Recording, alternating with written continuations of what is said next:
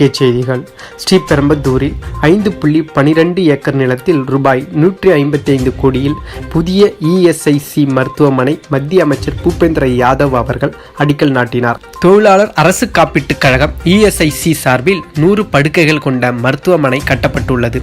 இதனை மத்திய தொழிலாளர் மற்றும் வேலைவாய்ப்புத்துறை, சுற்றுச்சூழல், வனம் மற்றும் காலநிலை மாற்றம் அமைச்சர் பூபேந்திர யாதவ் இன்று அடிக்கல் நாட்டினார். தொழிலாளர் காப்பீட்டு திட்டத்தின் கீழ் பதிவு பெற்ற தொழிலாளர்களுக்கு இந்த மருத்துவமனைகள் உருவாக்கப்பட்டு குறிப்பாக தொழிற்சாலைகள் தொழிலாளர்கள் வசிக்கும் பகுதிகளில் கட்டப்படுகிறது. சென்னையை அடுத்துள்ள ஸ்ரீபெரும்புதூரில் ஏராளமான தொழிற்சாலைகள் உள்ளன. அங்கு சுமார் 3 லட்சம் தொழிலாளர்கள் பணியாற்றுகின்றனர்.